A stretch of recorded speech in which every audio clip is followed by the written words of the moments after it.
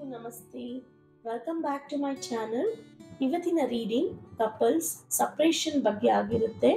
ಯಾರೆಲ್ಲ ಮದುವೆ ಆಗಿ ಹಸ್ಬೆಂಡ್ ಆ್ಯಂಡ್ ವೈಫ್ ನಡುವೆ ಮನಸ್ತಾಪ, ಕಾನ್ಫ್ಲಿಕ್ಟ್ ಮತ್ತು ಮಾತುಕತೆ ಆಗ್ತಿಲ್ಲ ಅಥವಾ ರಿಲೇಶನ್ಶಿಪ್ಪಲ್ಲಿ ಇರೋರು ನೋ ಕಾಂಟ್ಯಾಕ್ಟಲ್ಲಿ ಇದ್ದಾರೆ, ಸೊ ಒಂದು ಸಪ್ರೇಷನ್ನ ಅನುಭವಿಸ್ತಾ ಇದ್ದೀನಿ ಅನ್ನೋರಿಗೆ ಆಗಿರುತ್ತೆ.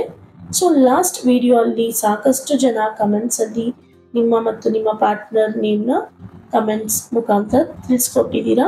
ಸೊ ನಾನು ಹೇಳ್ದಂಗೆ ಟ್ಯಾರೋ ರಿಚುವಲ್ಸಲ್ಲಿ ನಿಮ್ಮ ನೇಮ್ಸ್ನ ತಗೊಳ್ತೀನಿ ರಿಯೂನಿಯನ್ಗೆ ಅಂತ ಹೇಳ್ತಾ, ಸೊ ಲೆಟ್ ಸ್ಟಾರ್ಟ್. ಸೊ ನಿಮ್ಮ ಮತ್ತು ನಿಮ್ಮ ಪಾರ್ಟ್ನರ್ ನೇಮ್ನ ಮನಸ್ಸಲ್ಲಿ 3 ಟೈಮ್ಸ್ ಅವ್ರ ನಿಮ್ಮ ನೇಮ್ನ ಹೇಳ್ಕೊಳ್ಳಿ. ಹೇಳ್ಕೊಂಡಿದ್ದ ನಂತರ ಸೊ ನಿಮ್ಮ ಇಂಟೆನ್ಷನ್ಸ್ ಏನಿದೆ ಸೊ ಅದನ್ನು ನೀವು ದೇವರಲ್ಲಿ ಪ್ರಾರ್ಥನೆ ಮಾಡ್ಕೊಂಡು ಈ ವಿಡಿಯೋನ ನೋಡೋದಕ್ಕೆ ಸ್ಟಾರ್ಟ್ ಮಾಡಿ. ಸೊ ನಾನು ಇಲ್ಲಿ 5 ಕಾರ್ಡ್ ಸ್ಪ್ರೆಡ್ ಮಾಡ್ತೀನಿ. ಸೊ ಫಸ್ಟಿಗೆ ನಾನು 5 ಕಾರ್ಡ್ ಸ್ಪ್ರೆಡ್ ಮಾಡ್ಕೊಂಡಾದ್ಮೇಲೆ ನಿಮಗೆ ಏನು ಬರುತ್ತೆ, ದೈವದಿಂದ ಏನು ಮೆಸೇಜ್ ಬರುತ್ತೆ ಯೂನಿವರ್ಸಿಂದ ಅಂತ ತಿಳಿಸ್ಕೊಡ್ತೀನಿ. ಸೊ ಲಾಸ್ಟ್ ವಿಡಿಯೋದಲ್ಲಿ ಇಬ್ಬರನ್ನ ನಾನು ಯೂನಿಕ್ ಆಗಿ ಕಮೆಂಟ್ನ ನೋಡಿದಾಗ ಸೊ ಅವರಿಗೆ ನಾನು ಫ್ರೀ ರೀಡಿಂಗ್ ಮಾಡ್ತೀನಿ ಅಂತ ಹೇಳಿದ್ದೆ. ಅದೇ ರೀತಿ ನಾನು ಅವ್ರಿಗೆ ರೆಸ್ಪಾಂಡು ಕೂಡ ರೆಸ್ಪಾನ್ಸ್ ಮಾಡಿದ್ದೀನಿ. ಸೊ ನೀವು ವಾಟ್ಸಪ್ಪಲ್ಲಿ ನನಗೆ ಕ್ವೆಶನ್ ಹಾಕಿದಾಗ ನಾನು ಖಂಡಿತ ನಿಮ್ಮಿಬ್ಬರಿಗೆ ಸೊ ನಾನು ಏನು ಟ್ಯಾರೋ ರೀಡಿಂಗ್ ಮಾಡಿ ಏನು ಬರುತ್ತೆ ಗೈಡೆನ್ಸ್ ಮೆಸೇಜ್ ನಾನು ನಿಮಗೆ ವಾಯ್ಸ್ ನೋಟ್ ಆರ್ ಮೆಸೇಜ್ ರೂಪದಲ್ಲಿ ಕಳಿಸ್ತೀನಿ ಅಂತ ಹೇಳ್ತಾ, so let's start. First card ಇಲ್ಲಿ ನಿಮ್ಮ ಈ ರಿಲೇಶನ್ಶಿಪ್ಪಲ್ಲಿ ನಿಮ್ಮ ಎನರ್ಜಿ ಹೇಗಿದೆ ಅಂತ ತಿಳ್ಕೊಳ್ಳೋಣ. ನಿಮಗೆ ಈ ಸದ್ಯದ ಪರಿಸ್ಥಿತಿಗೆ ಎಲ್ಲವೂ ಸರಿ ಹೋಗ್ಬಿಟ್ರೆ ಸಾಕಪ್ಪ, ಎಲ್ಲವೂ ತಣ್ಣಗಾಗ್ಬಿಟ್ರೆ ಸಾಕು, ರೀಬ್ಯಾಲೆನ್ಸ್ ಮಾಡ್ಕೊಳ್ಳೋ ಬರದಲ್ಲಿ ಇದ್ದೀರಾ. ನಿಧಾನವಾಗಿ ಸರಿ ಹೋದ್ರೂ ಪರವಾಗಿಲ್ಲ, ನಮ್ಮ ರಿಲೇಶನ್ಶಿಪ್ ಚೆನ್ನಾಗಿದ್ರೆ ಸಾಕು ಅಂತ ಫೀಲ್ ಮಾಡ್ತಾ ಇದ್ದೀರಾ. ನೀವು ಏನು ಎಮೋಷ್ನಲ್ ಡಿಸ್ಟೆನ್ಸ್ನ ಅನುಭವಿಸ್ತಾ ಇದ್ದೀರಾ, ಇದರ ಕಡೆಗೆ ನೀವು ತಾಳ್ಮೆನ ತಗೋಬೇಕಾಗಿದೆ. ಕಾಂಪ್ರಮೈಸ್ ಆಗೋದಕ್ಕೆ ನಿಮ್ಮನ್ನು ನೀವು ಪ್ರಿಪೇರ್ ಮಾಡ್ಕೋಬೇಕು. ನಿಮ್ಮ ಈ ಪ್ರೀತಿಯಲ್ಲಿ ಏನು ಕನೆಕ್ಷನ್ ಇದೆ ಅದು ಕಂಪ್ಲೀಟಾಗಿ ಬ್ರೇಕ್ ಆಗಿಲ್ಲ. ಇನ್ನು ನಿಮ್ಮ ಕನೆಕ್ಷನಲ್ಲಿ ಪ್ರೀತಿ, ಕಾಳಜಿ ಇದೆ. ನೀವು ಹೀಲ್ ಆಗೋದಕ್ಕೆ ಟೈಮ್ ಕೊಟ್ಟರೆ ಖಂಡಿತ ಎಲ್ಲವೂ ಸಾಧ್ಯ ಇದೆ. ಸೊ ನೋಡಿ, ಇಲ್ಲಿ ನಾನು ಏನು ಹೇಳೋದಕ್ಕೆ ಇಷ್ಟಪಡ್ತೀನಿ ಅಂದರೆ ಡ್ಯಾಮೇಜ್ ಆಗೋಗಿದೆ.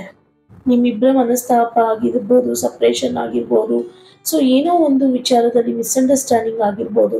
ಬಟ್ ಸ್ವಲ್ಪ ನೀವು ಟೈಮ್ ಕೊಟ್ಟರೆ ಅದು ತಾನಾಗಿ ನ್ಯಾಚುರಲ್ ಆಗಿ ಹೀಲ್ ಆಗಿ ಮತ್ತೆ ನಿಮ್ಮ ಸಂಬಂಧ ಸರಿ ಹೋಗುತ್ತೆ. ಹಾಗಾದರೆ ನಿಮ್ಮ ಇಬ್ಬರ ಸಪ್ರೇಷನ್ಗೆ ರೂಟ್ ಕಾಸ್ ಏನು ಅಂತ ತಿಳ್ಕೊಳ್ಳೋಣ. ನಿಮಗೆ ತುಂಬಾ ಹರ್ಟ್ ಆಗಿದೆ, ನೋವಾಗಿದೆ, ಯಾವುದೋ ಒಂದು ವಿಚಾರಕ್ಕೆ ನೀವು ತುಂಬಾ ಮನಸ್ತಾಪ ಮಾಡ್ಕೊಂಡಿದ್ದೀರಾ. ನಿಮ್ಮ ಇಬ್ಬರ ನಡುವೆ ಯಾವ ಒಂದು ವಿಚಾರಕ್ಕೆ ಏನು ನಡೆದಿದೆ ಅದು ಮನಸ್ಸಿಗೆ ಜಾಸ್ತಿ ಗಾಯ ಉಂಟು ಮಾಡಿದೆ. ಸೊ ಆ ನೋವನ್ನ ನೀವು ತುಂಬ ಅನುಭವಿಸಿದ್ದೀರಾ. ನಿಮ್ಮ ಹಾರ್ಟ್ ಬ್ರೇಕೇಜಸ್ ತುಂಬಾ ಆಗಿದೆ ಅಂತ ಹೇಳ್ಬೋದು. ಮಾನಸಿಕವಾಗಿ ನೀವು ಕುಗ್ಗಿದ್ದೀರಾ. ಮದುವೆ ಆಗಿರೋರಾಗಿರ್ಬೋದು ಅಥವಾ ರಿಲೇಶನ್ಶಿಪ್ಪಲ್ಲಿ ಇರೋರೇ ಆಗಿರ್ಬೋದು, ಸೊಸೈಟಿಯಲ್ಲಿ ನಿಮ್ಮ ಸಂಬಂಧದ ಬಗ್ಗೆ ಒಂದು ಗೌರವ ಇದೆ.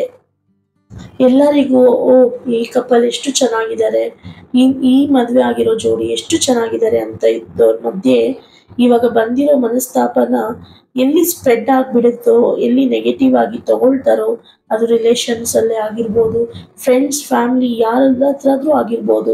ನಿಮ್ಮ ಪ್ರೀತಿಯಿಂದ ಚೆನ್ನಾಗಿದ್ದಾಗ ನೀವು ಹೇಳ್ಕೊಂಡಿರ್ತೀರ. ಈಗ ಸಡನ್ನಾಗಿ ಈ ಥರ ಅಯ್ಯೋ ನನ್ನ ಪಾರ್ಟ್ನರ್ ಈ ಥರ ನನಗೆ ಚೀಟ್ ಮಾಡಿದ್ದಾರೆ, ಈ ಥರ ನನಗೆ ಸಪ್ರೇಷನ್ ಆಗಿದೆ ಅಂತ ಹೇಳ್ಕೊಂಡಾಗ ಎಲ್ಲಿ ತುಂಬಾ ಮನಸ್ಸು ನೋವು ಮಾಡ್ಕೊಂಡ್ಬಿಡ್ತಾರೆ ಅಂತ ಕೊರಗ್ತಾ ಇದ್ದೀರಾ. ಯಾರ ಹತ್ರನೂ ಶೇರ್ ಮಾಡ್ಕೊಳಕ್ಕೆ ಆಗದೆ ಒದ್ದಾಡ್ತಾ ಇದ್ದೀರಾ. ಇಬ್ಬರಲ್ಲಿ ಒಬ್ಬರು ಸಾಕು ಇಲ್ಲಿಗೆ ಮುಗ್ದೋಗ್ಲಿ ಅಥವಾ ಎಂಡ್ ಮಾಡೋಣ ಅಂತ ಫೀಲ್ ಮಾಡ್ಕೊಂಡಿದ್ದೀರಾ, ಭಾವಿಸ್ಕೊಂಡಿದ್ದೀರಾ ಆಗಲೇ. ಆದರೆ ಎಂಡ್ ಮಾಡೋದು ಸೊಲ್ಯೂಷನ್ ಅಲ್ಲ.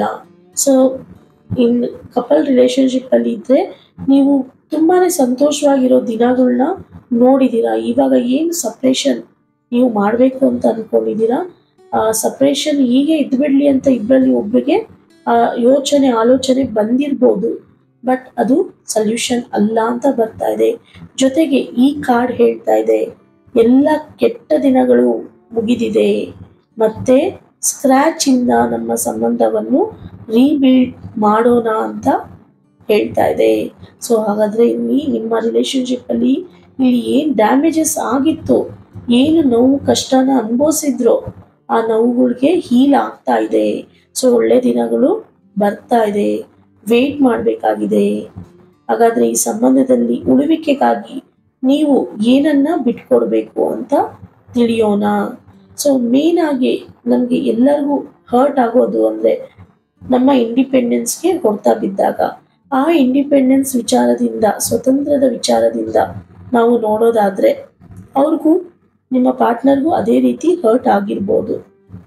ಸೊ ನೀವು ನಿಮ್ಮ ಪಾರ್ಟ್ನರ್ನ ಕಂಟ್ರೋಲ್ ಮಾಡ್ತಾ ಇದ್ರೆ, ಟೈಟ್ ಆಗಿ ಸೆಲ್ಫ್ ಕಂಟ್ರೋಲ್ ಅಥವಾ ಎಮೋಷ್ನಲಿ ಹಿಡಿದಿಟ್ಕೊಂಡಿದ್ರೆ, ಇದ್ ಮಾಡಬಾರ್ದು ಅದ್ ಮಾಡಬಾರ್ದು, ಹಾಗಿರ್ಬೇಕು ಹೀಗಿರ್ಬೇಕು ಅಂತ ಕಂಟ್ರೋಲ್ ಮಾಡ್ತಾ ಇದ್ರೆ, ಇಲ್ಲಾಂದ್ರೆ ಎಲ್ಲಾದ್ರೂ ಹೋದ್ರೆ ಕ್ವೆಶನ್ ಮಾಡೋದು, ಎಷ್ಟೊತ್ತಿಗೆ ಬರ್ತೀಯಾ, ಮದ್ವೆ ಆಗಿರೋರಾಗಿದ್ರೆ ಎಷ್ಟೊತ್ತಿಗೆ ಬರ್ತೀಯಾ, ಎಲ್ಲಿದ್ದೀರಾ, ಏನ್ ಮಾಡ್ತಾ ಇದ್ದೀರಾ, ಹೀಗೆ ಯಾಕಿದ್ದೀರಾ, ಈ ತರ ಯಾಕೆ ಹಾಕೊಳ್ತಿದ್ದೀರಾ, ಹಿಂಗೆ ಯಾಕಿದ್ದೀರಾ ಅಂತ ನೀವು ಅವ್ರನ್ನ ಜಾಸ್ತಿ ಕಂಟ್ರೋಲಿಂಗ್ ಮಾಡಬಾರ್ದು.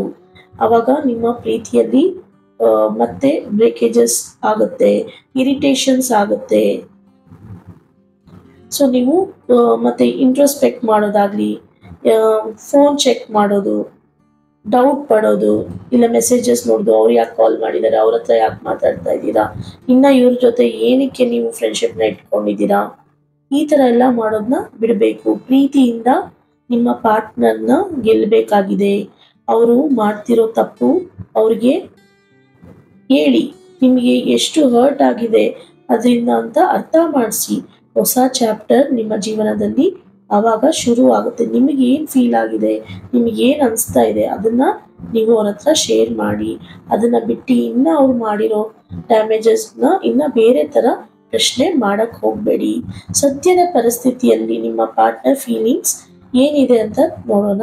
ಅವರಿಗೆ ಆತಂಕ, ಭಯ, ಗಿಲ್ಟ್, ತಪ್ಪು ಮಾಡಿಬಿಟ್ಟೆ, ತಪ್ಪು ಮಾಡಿದ್ದೀನಿ ಅಂತ ತುಂಬಾನೇ ಕೊರಗ್ತಾ ಇದ್ದಾರೆ. ಅವ್ರಿಗೂ ಕೂಡ ಅನಿಸಿದೆ, ಅವ್ರು ಮಾಡಿರೋ ಮಿಸ್ಟೇಕ್ ಅವ್ರಿಗೆ ರಿಯಲೈಸ್ ಆಗಿದೆ, ರೆಗ್ರೆಟ್ ಮಾಡ್ತಾ ಇದ್ದಾರೆ. ರಾತ್ರಿ ಹೊತ್ತು ನಿದ್ದೆ ಬರ್ತಾ ಇಲ್ಲ, ಅವ್ರು ನಿದ್ದೆ ಮಾಡೋದಕ್ಕೂ ಆಗ್ತಾ ಇಲ್ಲ, ಒದ್ದಾಡ್ತಾ ಇದ್ದಾರೆ, ತುಂಬಾನೇ ಓವರ್ ಥಿಂಕ್ ಮಾಡ್ತಾ ಇದ್ದಾರೆ. ಅವರು ಕೂಡ ಯಾವ ಆಕ್ಷನ್ ತಗೊಳ್ಳೋದಕ್ಕೂ ಅವರಿಗೆ ಆಗ್ತಾ ಇಲ್ಲ. ಯಾರೂ ಬೇಡ, ನಾನು ಮಾಡಿದ ತಪ್ಪಿಗೆ ಕರ್ಮವನ್ನು ಅನುಭವಿಸ್ತೀನಿ ನಾನೇ ಅಂತ ಒಂಟಿಯಾಗಿ ಸ್ಟ್ರಗಲ್ ಮಾಡ್ತಾ ಇದ್ದಾರೆ.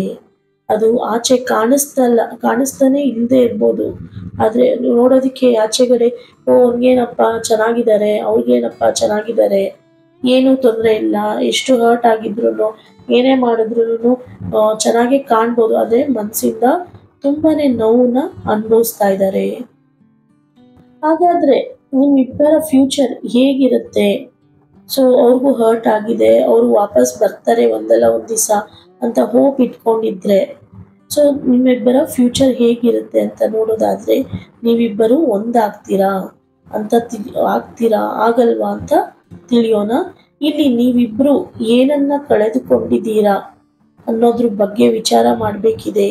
ಯಾಕೆ ಇಬ್ರು ಒಂದಾಗಬೇಕು, ಜೊತೆಲಿ ಇರಬೇಕು ಅಂತ ತಿಳಿಬೇಕಿದೆ. ಇದರ ಬಗ್ಗೆ ಯೋಚನೆ ಮಾಡಿದಾಗ ನೀವಿಬ್ರು ಮತ್ತೆ ರಿಯೂನಿಯನ್ ಆಗ್ತೀರಾ. ಅದು ಬಿಟ್ಟು ನೀನ್ ತಪ್ಪು ಮಾಡಿದೆ ಅಂತ ಒಬ್ರು ತಪ್ಪು ಮಾಡಿದ್ರಿ ಅಂತ ಇನ್ನೊಬ್ರು ಬ್ಲೇಮ್ಸ್ನ ಮಾಡ್ಕೊಳ್ತಾ ಇದ್ರೆ ಸಂಬಂಧದಲ್ಲಿ ಅದು ಸರಿ ಹೋಗಲ್ಲ. ಸೊ ಇಬ್ರು ಮಾಡಿದ ಮಿಸ್ಟೇಕ್ಸ್ನೆಲ್ಲ ಫರ್ಗಿವ್ ಮಾಡ್ಕೊಂಡು ಒಬ್ರಿಗೆ ಒಬ್ರು ಆಸರೆಯಾಗಿ ನಿಂತ್ಕೊಂಡ್ರೆ ಖಂಡಿತ ರಿಯೂನಿಯನ್ ಆಗ್ತೀರಾ. ನಿಜವಾದ ಟ್ರೂ ಫೀಲಿಂಗ್ಸ್ನ ಈ ಸಪ್ರೇಷನ್ ಅಲ್ಲಿ ಕಂಡ್ಕೊಳ್ತೀರಾ. ಸೊ ಈಗ ಏನು ನೀವಿಬ್ರು ಸಪ್ರೇಟ್ ಆಗಿದ್ದೀರಾ, ಸೊ ನಿಮ್ಮಿಬ್ಬರ ಪಾಸಿಟಿವ್ ಫೀಲಿಂಗ್ಸ್, ಟ್ರೂ ಫೀಲಿಂಗ್ಸ್ ಏನಿತ್ತೋ ಅದು ನಿಮಗೆ ರಿಯಲೈಸ್ ಆಗಿದೆ. ಹಾರ್ಟ್ ಮತ್ತು ಮೈಂಡ್ ಎರಡರಿಂದನೂ ಯೋಚನೆ ಮಾಡಿದಾಗ ನಿಮ್ಮ ರಿಲೇಶನ್ಶಿಪ್ ಬಗ್ಗೆ ಕ್ಲಾರಿಟಿ ಸಿಗುತ್ತೆ. ಪೇಷನ್ಸ್ ಆ್ಯಂಡ್ ಎಮೋಷನಲ್ ಗ್ರೋತ್ನ ಬೆಳೆಸ್ಕೊಳ್ಳಿ, ಆವಾಗ ಎಲ್ಲವೂ ನಿಮಗೆ ಒಳ್ಳೆಯದಾಗುತ್ತೆ. ಎಮೋಷ್ನಲ್ ಹೀಲ್ ಆಗ್ತೀರಾ. ನಿಧಾನವಾಗಿ ನಿಮ್ಮ ರಿಲೇಶನ್ಶಿಪ್ ಗ್ರೋ ಆಗುತ್ತೆ. ಯಾವ ಸಪ್ರೇಷನ್ ಇಂದ ನೋವು ಅನುಭವಿಸ್ತಾ ಇದ್ದೀರಾ ಅದರಿಂದ ಆಚೆ ಬರ್ತೀರಾ. ಇಲ್ಲಿ ನೋಡಿ, ಹೆರ್ಮಿಟ್ ಮತ್ತೆ ಟೆಂಪರೆನ್ಸ್ ಕಾರ್ಡ್ ಎರಡು ಬಂದಿದೆ. ಸೊ ಇದೇನು ಹೇಳ್ತಾ ಇದೆ ಅಂದ್ರೆ, ಟೈಮ್ ಕೊಡಿ ನಿಮ್ಮ ಮನಸ್ಸು ಹಗುರ ಆಗೋದಕ್ಕೆ ಅಂತ ಹೇಳ್ತಾ ಇದೆ. ನಿಮ್ಮ ರಿಲೇಶನ್ಶಿಪ್ ಅಲ್ಲಿ ಹೊಸ ಚಾಪ್ಟರ್ ಪಾಸಿಬಲ್ ಇದೆ ಅಂತ ಬರ್ತಾ ಇದೆ.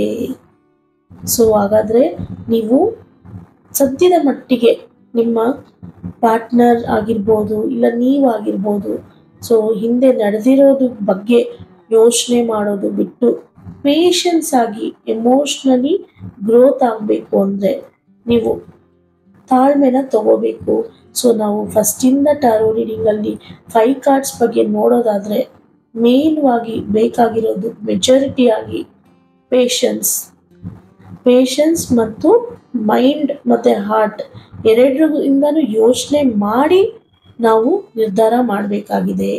ಸೊ ನಿರ್ಧಾರ ಮಾಡಿದಾಗ ಏನಕ್ಕಂದರೆ ನಿಮ್ಮ ಪಾರ್ಟ್ನರ್ ಏನು ಕೆಟ್ಟವರಲ್ಲ, ಇಲ್ಲಿ ಅವರು ಒಳ್ಳೆಯವರೇ ಆಗಿರ್ತಾರೆ. ಮೇ ಬಿ ಅವರು ಯಾರೋ ಒಬ್ಬರಿಂದ ಮ್ಯಾನಿಪುಲೇಟ್ ಕೂಡ ಆಗಿರ್ತಾರೆ. ಯಾರೋ ಒಬ್ರು ಮಾತು ಕೇಳ್ಕೊಂಡು ನಿಮಗೆ ಗೊತ್ತಿಲ್ಲದೇನೆ, ಕೆಲವರಿಗೆ ಗೊತ್ತಿಲ್ಲದೇನೋ ಸಿಚುವೇಶನ್ ಪ್ಲೇಸ್ ತಗೊಳುತ್ತೆ. ಅದರಿಂದ ಆಚೆ ಬರೋದಕ್ಕೆ ಟೈಮ್ ತಗೊಳುತ್ತೆ. ನಾವು ಮನುಷ್ಯರಲ್ವಾ, ಎಲ್ಲರೂ ತಪ್ಪು ಮಾಡ್ತೀವಿ. ನಾನು ಹೇಳ್ದಂಗೆ ಹೆರ್ಮಿಟ್ ಮತ್ತು ಇಲ್ಲಿ ಟೆಂಪರೆನ್ಸ್ ಕಾರ್ಡ್ ಹೇಳ್ದಂಗೆ ಟೈಮ್ ಕೊಡಿ ಅಂತ ಹೇಳ್ತಾ ಇದೆ. ಸೊ ಒಂದು ಸಲ ನೀವು ಟೈಮ್ ಕೊಡಿ, ವಿತಿನ್ 3 to 5 ಮಂತ್ಸಲ್ಲಿ ಹೀಲ್ ಆಗ್ತೀರಾ. ಸೊ ಖಂಡಿತ ನಿಮಗೆ ಸಿಚುವೇಶನ್ಸ್ ಚೇಂಜ್ ಆಗುತ್ತೆ. ನೀವು ನಿಮ್ಮ ಪಾರ್ಟ್ನರ್ ತುಂಬ ಚೆನ್ನಾಗಿರ್ತೀರಾ. ಲಾಂಗ್ ಟರ್ಮ್ ರಿಲೇಶನ್ಶಿಪ್ ನಿಮ್ದು ಆಗುತ್ತೆ. ಸೊ ಕೆಲವರು ರಿಲೇಶನ್ಶಿಪ್ಪಲ್ಲಿ ಇರ್ತಾರೆ, ಮದುವೆ ಆಗಿರಲ್ಲ. ಸೊ ಬೇರೆ ಏನೋ ಒಂದು ವಿಚಾರಕ್ಕೆ ಇಲ್ಲ ಅವ್ರ ಮನೆಯಿಂದ ವಿಚಾರಕ್ಕೆ ಸೊ ಮ್ಯಾನಿಪುಲೇಟ್ ಆಗಿ ಬೇಡ, ಈ ಸಂಬಂಧನೇ ಬೇಡ ಅಂತಲೂ ಹೋಗಿರ್ತಾರೆ. ಬಟ್ ಕೆಲವು ಸಮಯ ಅವರು ಬೇರೆ ಏನೋ ಯೋಚನೆ ಮಾಡ್ಕೊಂಡು ಮೆಟೀರಿಯಲಿಸ್ಟಿಕ್ ಆಸೆಗೋಸ್ಕರ ಹೋಗಿರ್ತಾರೆ. ಅಂಥ ವ್ಯಕ್ತಿ ಬರೋದು ಡೌಟ್ ಆಗಿರ್ಬೋದು. ಏನಕ್ಕಂದರೆ ಮೆಟೀರಿಯಲಿಸ್ಟಿಕ್ ಆಗಿ ಪ್ರೀತಿನ ಬೆಳೆಸ್ಕೊಂಡಿರ್ತಾರೆ. ಆದರೆ ಯಾರು ನಿಮ್ಮನ್ನು ನಿಜವಾಗಿ ಪ್ರೀತಿಸಿರ್ತಾರೋ, ನೀವು ಏನಾಗಿದ್ದೀರೋ, ನೀವು ಹೇಗಿದ್ದೀರೋ, ಅವರು ನಿಮ್ಮನ್ನು ಅಕ್ಸೆಪ್ಟ್ ಮಾಡಿರ್ತಾರೋ, ಅವರು ಯಾವುದಾದ್ರೂ ಬೇರೆ ವಿಷಯಕ್ಕಾಗಿ ಅವರು ಇವಾಗ ಸದ್ಯದ ಪರಿಸ್ಥಿತಿಗೆ ಬೇಡ ಅಂತ ನಿಂತಿರ್ತಾರೋ, ಅವರು ಖಂಡಿತ ವಾಪಸ್ ಬರ್ತಾರೆ. ನಿಮ್ಮ ಪ್ರೀತಿಯನ್ನು ಕಂಡವರು ಅವರು ಯಾವತ್ತೂ ನಿಮ್ಮನ್ನು ಬಿಟ್ಕೊಡಲ್ಲ ಅಂತ ಹೇಳ್ತಾ, ಇಲ್ಲಿ ನಾನು ಯೂನಿವರ್ಸ್ ಮೆಸೇಜ್ ಕೂಡ ಏನು ಬರ್ತಿದೆ ಅಂತ ನೋಡೋಣ. ನಿಮ್ಮ ಈ ಕರೆಂಟ್ ಸಪ್ರೇಷನ್ ಸಿಚುವೇಶನ್ಗೆ ಏನು ಬರ್ತಿದೆ ಯೂನಿವರ್ಸ್ ಕರೆಂಟ್ ಅಂದರೆ ಪಾಸಿಬಿಲಿಟೀಸ್ ಅಂತ ಬರ್ತಾ ಇದೆ, ಪಾಸಿಬಿಲಿಟಿ ಅಂತ ಬರ್ತಾ ಇದೆ. ಎಲ್ಲವೂ ಸಾಧ್ಯ. ನೀವು ರಿಸ್ಕ್ ತಗೊಂಡಿದ್ದೀರಾ ಈ ರಿಲೇಶನ್ಶಿಪ್ಪಲ್ಲಿ, ನೀವು ಏನು ಕಷ್ಟಪಟ್ಟಿದ್ದೀರಾ ಅದನ್ನು ಖಂಡಿತ ನಿಮಗೆ ಸಕ್ಸಸ್ ಆಗುತ್ತೆ. ಎಲ್ಲವೂ ಪಾಸಿಬಲ್ ಇದೆ ನಿಮ್ಮ ಲೈಫಲ್ಲಿ. ನೀವು ಹುಷಾರಾಗಿ ಯೋಚನೆ ಮಾಡಿ ನಿರ್ಧಾರ ತಗೊಂಡಾಗ ಎಲ್ಲವೂ ಸಾಧ್ಯ ಇದೆ ಅಂತ ಬರ್ತಾ ಇದೆ. ಹೋಪ್ ಈ ವಿಡಿಯೋ ನಿಮಗೆ ಒಂದು ಮೆಸೇಜ್ನ ಕೊಟ್ಟಿದೆ ಅಂತ ಭಾವಿಸ್ತಾ, ರೆಸನೇಟ್ ಆದರೆ ದಯವಿಟ್ಟು ಕಮೆಂಟಲ್ಲಿ ಫೀಡ್ಬ್ಯಾಕ್ನ ತಿಳಿಸ್ಕೊಡಿ. ಯಾರಿಗಾದರೂ ಪರ್ಸ್ನಲ್ ರೀಡಿಂಗ್ ಬೇಕಿದ್ದರೆ ನನ್ನ ಡಿಸ್ಕ್ರಿಪ್ಷನಲ್ಲಿ ವಾಟ್ಸಪ್ ನಂಬರ್ ಇದೆ, ನೀವು ಕಾಂಟ್ಯಾಕ್ಟ್ ಮಾಡ್ಬೋದು ನನಗೆ ಅಂತ ಹೇಳ್ತಾ ಈ ವಿಡಿಯೋನ ಇಲ್ಲಿಗೆ ಎಂಡ್ ಮಾಡ್ತಾ ಇದ್ದೀನಿ. ಹೋಪ್ ಎಲ್ಲರೂ ಚೆನ್ನಾಗಿದ್ದೀರಾ, ಚೆನ್ನಾಗಾಗಲಿ ಅಂತ ನಾನು ಭಾವಿಸ್ತೀನಿ. ನಿಮ್ಮ ರಿಲೇಶನ್ಶಿಪ್ ಲಾಂಗ್ ಟರ್ಮ್ಗೆ ತೊಗೊಂಡೋಗಿ ಎಲ್ಲರೂ ಹ್ಯಾಪಿ ಆಗಿರಿ ಅಂತ ಹೇಳ್ತಾ, ಥ್ಯಾಂಕ್ ಯು ಫಾರ್ ವಾಚಿಂಗ್.